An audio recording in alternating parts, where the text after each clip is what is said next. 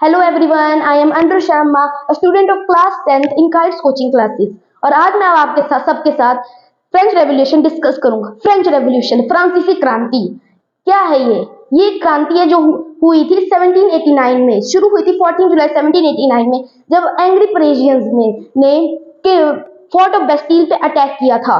क्यों किया था? क्योंकि कहा जाता है कि जो किंग ऑफ फ्रांस था उस time, king Louis the 16th of Roman और फैमिली, उसने जो था ऑर्डर किया था कि जाओ पेरिस में जाओ और सभी लोगों को मार दो अपनी बुलेट से। और फिर उन लोगों ने क्या किया, वो डर गए। उन्होंने जो है फिर बेस्टिल पे अटैक किया कि वो अपने लिए एम्यूनेशन ले सके। तो बेस्टिल पे उन्होंने अटैक किया। फिर उन्होंने उधर के 7 प्रिजनर्स थे, उन सभी को जो है रिहा कर दिया, निकाल दिया उधर से। और उधर के जितने भी प्रिजन गार्ड्स थे, प्रिजन गार्ड्स थे, सभी को मार दिया गया था।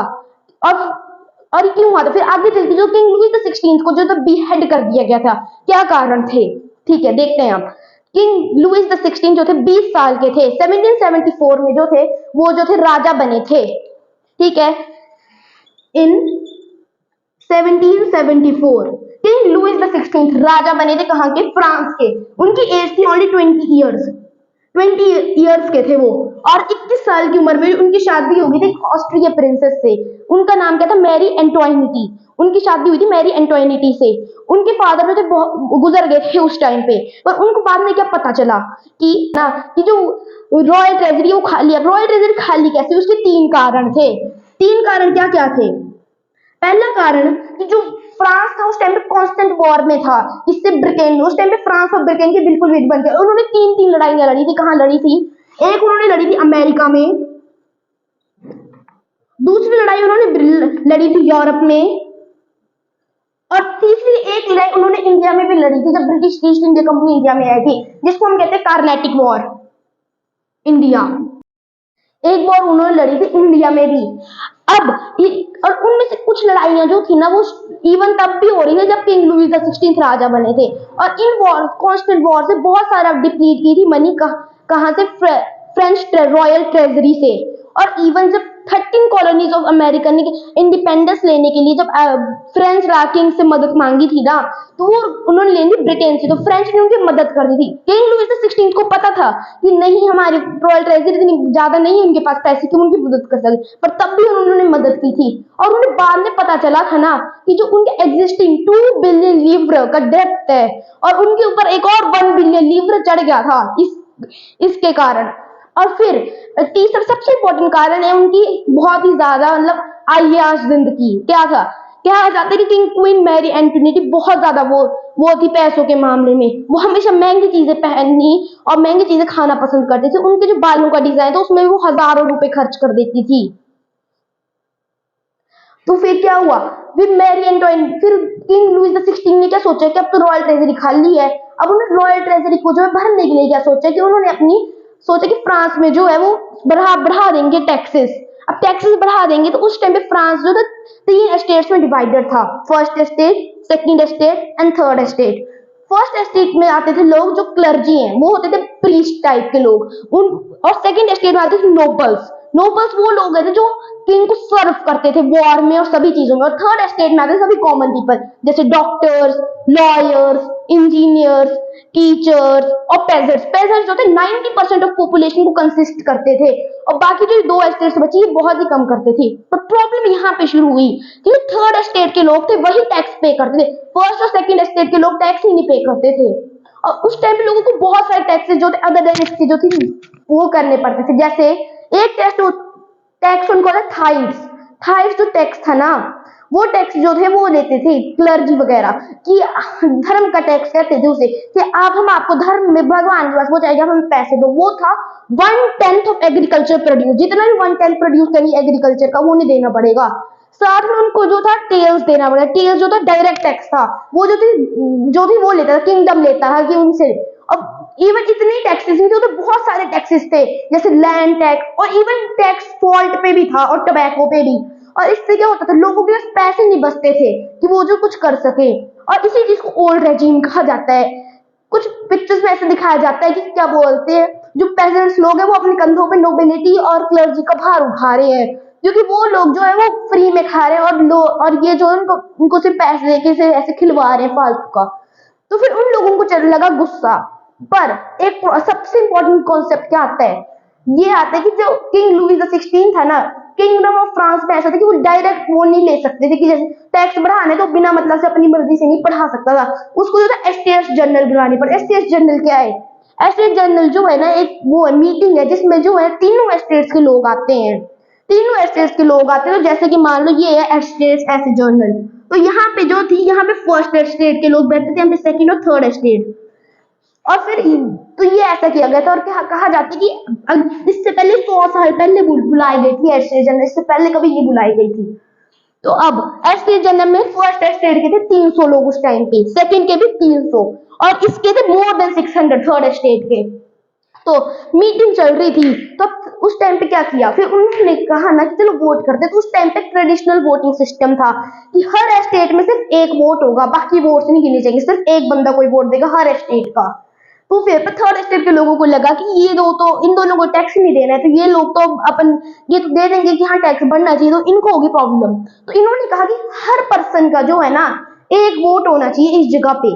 और पर किंग लुईस द 16 ने कहा नहीं, मैं नहीं करूंगा ऐसा कि तुमसे जो मर्जी कर लो, ये नहीं होने वाला। तो थर्ड स्टेट के लोगों को बहुत डिसअपॉइंट हुआ था और वो गुस्से में उधर से निकल गए थे। और वहां पे कहते हैं ये जो यहाँ पे था ना, यहाँ पे एक पास में टेनिस कोर्ट था, इंडोर टेनिस कोर्ट, ये सभी लोग इधर घुस गए थे 600 पे 600 लोग ना, और इधर इन्होंने टेनिस कोर्ट ओथ ली थी और ये ओथ कभी टूटी नहीं थी। इन्होंने इसमें ओथ ली थी कि जब तक हम इस राजा को जो है गद्दी से हटा नहीं देंगे, इसकी पावर रिड्यूस नहीं कर देंगे, तब तक हम रेस्ट नहीं करेंगे। ये बहुत इंपॉर्टेंट ओथ थी।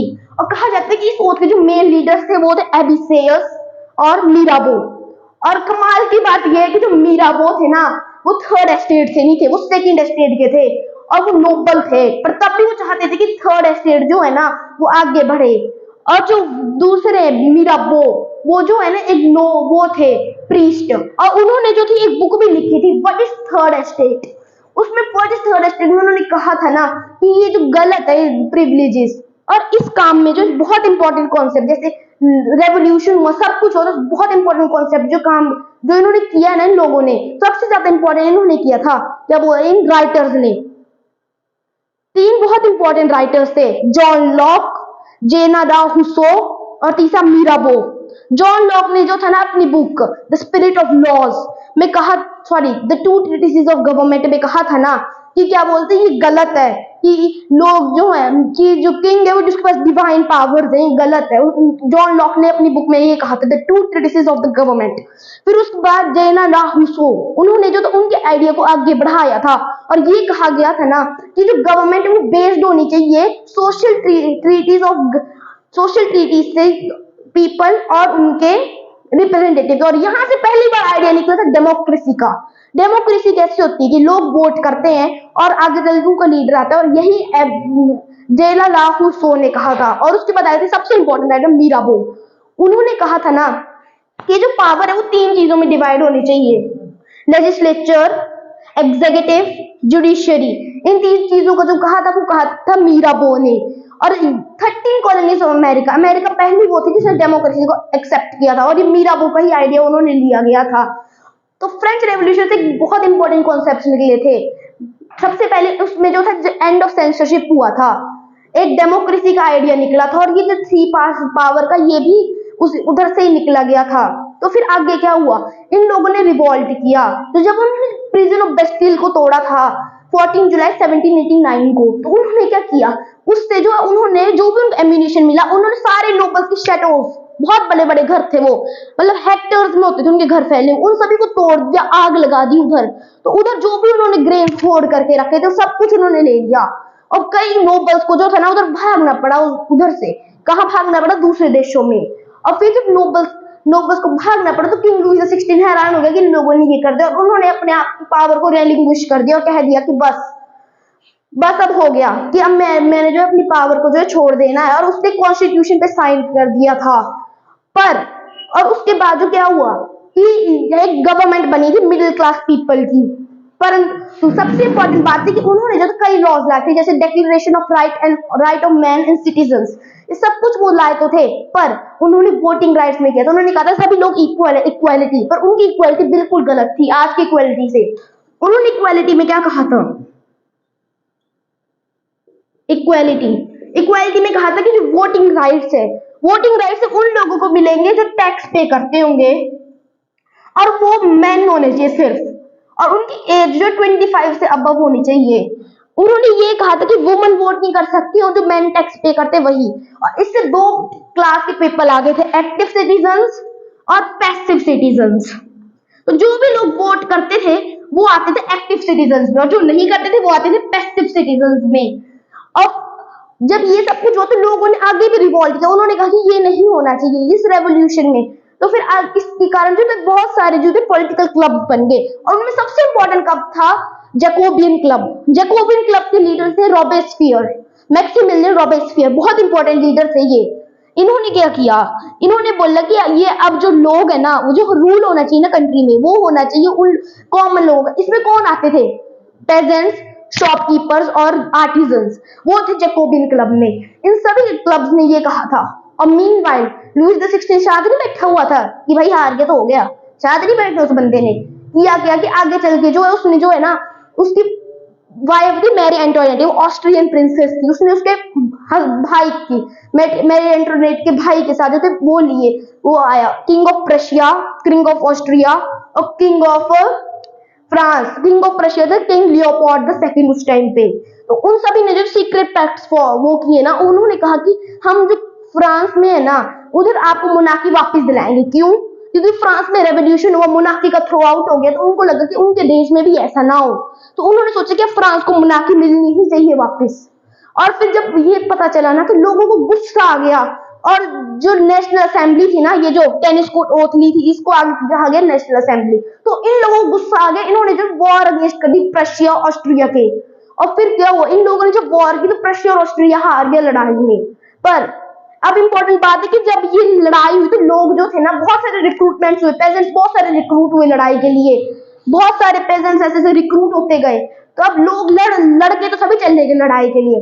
अब इसके आगे आया वुमन, कि विमेन ने क्या किया इस सारे उसमें, तो बहुत सारे विमेन एक्टिवली पार्टिसिपेट किया था। और जब लड़ाई के लिए लोग चले गए थे ना, तो उन्होंने अपने घर में अपने बच्चों सभी का ध्यान रखा हुआ था। ये इंपॉर्टेंट काम था विमेन का, विमेन ने बहुत अच्छा काम किया हुआ था इसमें, और उन्होंने एक्टिव पार्टिसिपेशन की। पर जब वो आया था कॉन्स्टिट्यूशन आया, तो उन्हें वोटिंग राइट से मिलती, जिससे वुमेन बहुत ज्यादा डिसअपॉइंट हो गई थी। तो ये हुआ था फ्रेंच रिवॉल्यूशन, सबसे बड़ा कॉन्स्टिट्यूशन, सबसे वो जो मेन काउस था कि उसका डाउनफॉल हुआ था, वो यही था। और फिर मैक्सिमिलियन रॉबेस्पियर ने अपनी गवर्नमेंट बनाई थी, और इसकी गवर्नमेंट को कहते हैं रेन ऑफ टेरर। इसकी गवर्नमेंट में वुमेन को फिर से वोटिंग राइट नहीं मिले। हाँ, पर ये है कि जो टैक्स पे नहीं करते थे ना मैन भी, उनको भी वोटिंग राइट्स मिल गए, सिर्फ वुमेन ही रही आगे। उसमें जो था, जो मैन, सभी मैनों को मिल गए फिर कि आप सब वोट कर सकते हैं, चाहे टैक्स पे करते हैं नहीं करते हैं।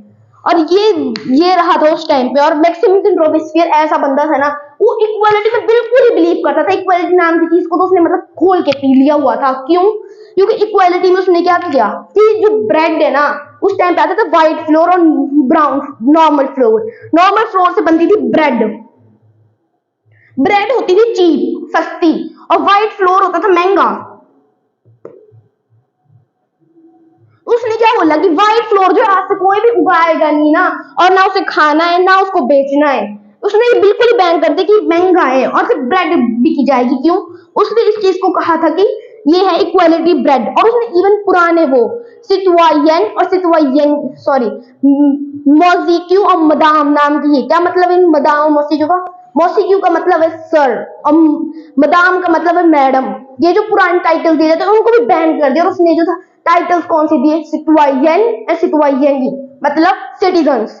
और उसने कई लोगों को बीहेड कर दिया जो उसके भी अगेंस्ट है। वो कहता था ना कि जो नेशन के वो लोग हैं ना, जो भी नेशन के अगेंस्ट बोलते, वो मेरे भी दुश्मन है, मैं सभी को मार डालूंगा। बट वो बंदा ऐसा था कि नेशन के दुश्मन नहीं, अपने दुश्मनों को देखता था। जैसे किसी ने भी उसके अगेंस्ट बोल के वो गए, समझो क्या वो कहा जाता है कि वो किन किन लोगों को मारता, दूसरे पार्टीज के, जो भी दूसरे पार्टीज के लोग थे, वो जो भी उसके अगेंस्ट बोलते थे मर गए। इवन उसके अपने पार्टी के लोग और देश के लोग उसके कुछ अगेंस्ट बोलते, सभी को मार देता था। कहते कि उसने 17 लोगों की बलि चढ़ा दी थी इसी कारण में। और जो उसके सपोर्टर्स थे उन्होंने भी उसके अगेंस्ट कह दिया कि अब हमें दे दी, इसमें मॉडरेशन चाहिए। और उसको जो था आगे चल के मार दिया गया था, इसको मैक्सिमिलियन रॉबेस्पियर को इसकी क्रूरता के कारण जो था मार दिया गया था। फिर आगे आए थे मिडिल क्लास लोगों के पास सारा रूल। मिडिल क्लास लोगों ने क्या किया कि अब एक और रॉबेस्पियर नहीं आना है, रिस्क नहीं लेना है हमने। तो उन्होंने क्या किया, उन्होंने दो लेजिस्लेचर्स बनाए और एक डायरेक्टरी बनाई। दो लेजिस्लेचर एक डायरेक्टरी। डायरेक्टरी में आते थे 5 लोग। ये 5 लोग क्या करते थे, ये सिर्फ डायरेक्टरी में आएंगे। तो इन 5 लोगों के पास पूरे फ्रांस का रूल है, पर लेजिस्लेचर में जो थे 2 लेजिस्लेचर थे। तो हुआ कि लेजिस्लेचर की ऑफर एक दूसरे से लड़ाई हो जाती, दोनों लेजिस्लेचर की, और कभी बार लेजिस्लेचर डायरेक्टरी से भी लड़ जाते थे। तो क्या हुआ, जब लेजिस्लेचर एक दूसरे को वीक लेजिस्लेचर के कारण उनकी गवर्नमेंट गिर गई।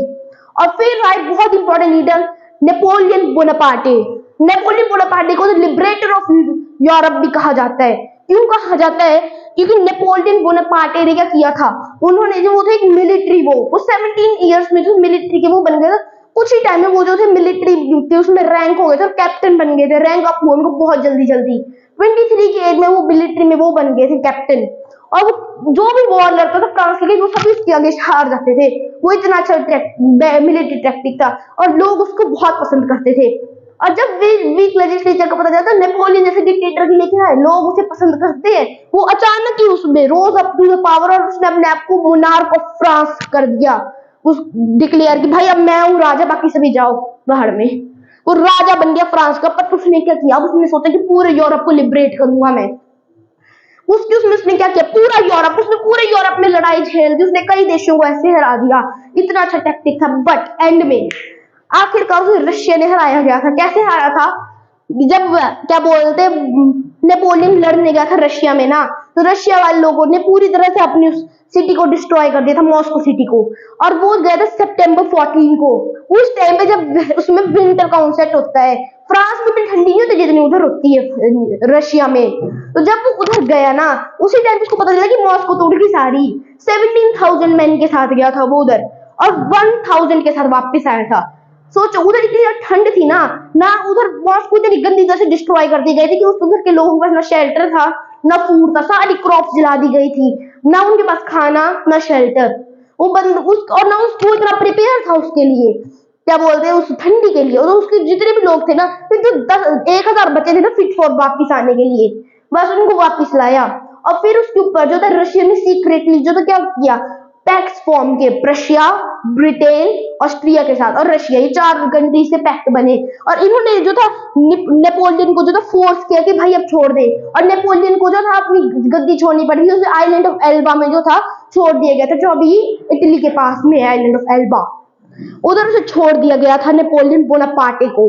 और ऐसे करके नेपोलियन का भी रूल जो खत्म हो गया था, नॉर्मल चलने लग पड़ी थी फ्रांस की। और ये था फ्रेंच रेवोल्यूशन पूरा।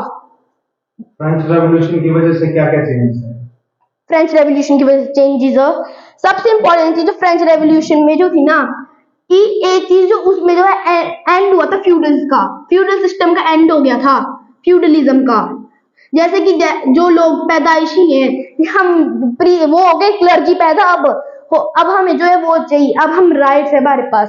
सेंसरशिप खत्म हो गई थी, सेंसरशिप को बिल्कुल ही खत्म कर दिया था उन लोगों ने। और फिर उसके बाद जो था फ्यूडल राइट, सेंसरशिप, मोनार्क का खत्म हो गया, मोनार्क का एंड हो गया उसकी पावर की। फिर rights of man and citizen, rights जो भी मैन के राइट्स है, जैसे right to equality, right to get educated, ये सब उधर आ गए थे। और फ्रेंच रेवोल्यूशन में ऐसा नहीं कि वुमेन्स को सब कुछ बुरा ही हुआ।